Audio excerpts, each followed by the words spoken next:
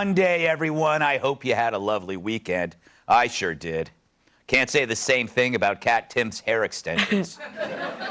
I'm not joking. Here's our French bulldog, Carl, enjoying an afternoon snack. Is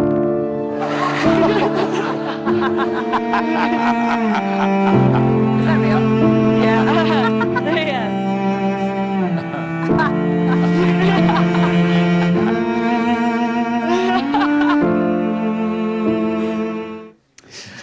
You know, I hope ultimately the extensions come out okay.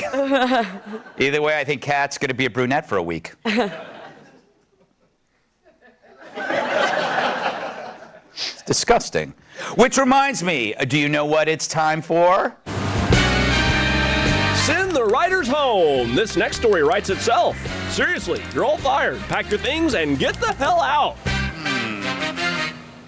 This will make your blood boil if you have any blood left after it shoots out of your eyeballs. This is an unbelievable story, yet somehow believable these days, from the New York Post. A Wisconsin school district has filed sexual harassment complaints against 3 middle schoolers for calling a classmate by a wrong pronoun.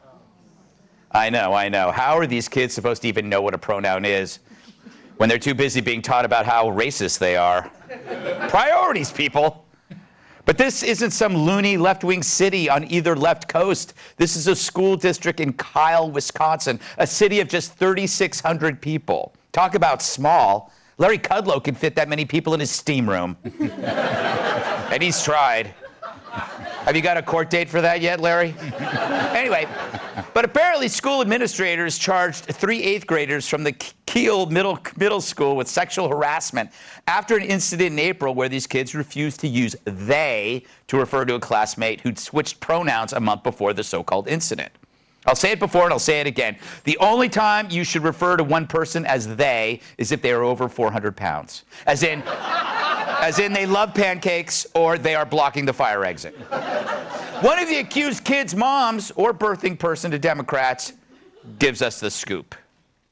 I received a phone call from the principal over at the elementary school forewarning me, letting me know that I was going to be receiving an email with sexual harassment allegations against my son. He said he's being allegedly charged with sexual harassment for not using proper pronouns. I thought it wasn't real. I thought this has got to be a gag, a joke. You and me both.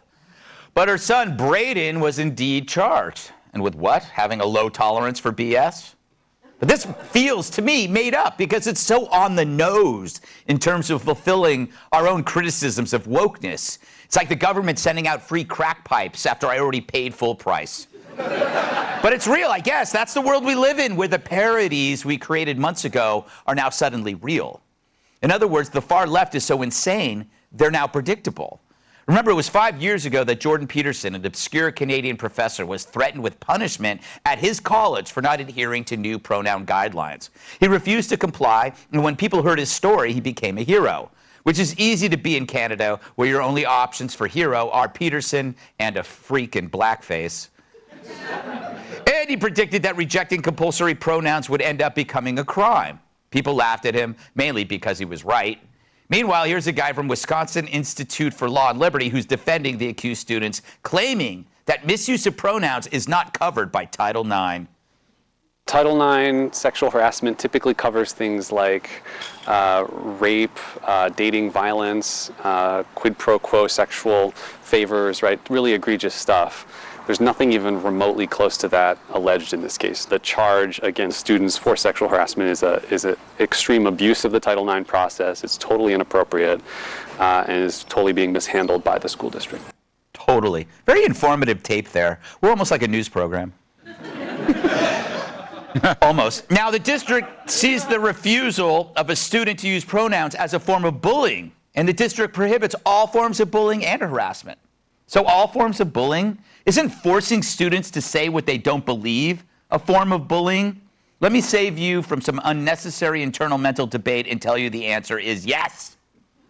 Of course, if the alleged victim student had been teased, then the school teachers or principal should address it, but not with charges of sexual harassment, which can destroy reputations. That's kind of out of proportion, like swatting a fly with Joy Behar. And it shows you why so many parents around the country are freaking out. Now, not only do they have to worry about CRT or drugs and social media, they got to worry about some leftist a-hole school administrator canceling the kid's reputation before he or she is old enough to have one. Parents, you're now called homophobic if you don't want gender-obsessed activists teaching your kids about they and them. You're called domestic terrorists if you openly question school lockdowns, mask mandates, or the brainwash called CRT. Yes, parents are terrorists, although the only way they blow themselves up is with a high-carb diet. And parents are now told you're a bigot if you feel it's inappropriate having drag queens do story time in class. And I agree. Keep that crap out of the schools and where it belongs. My house on a Saturday night. Look, I don't have kids. They smell. But I am so pissed I'm thinking about adopting. But just imagine when it moves beyond the classroom.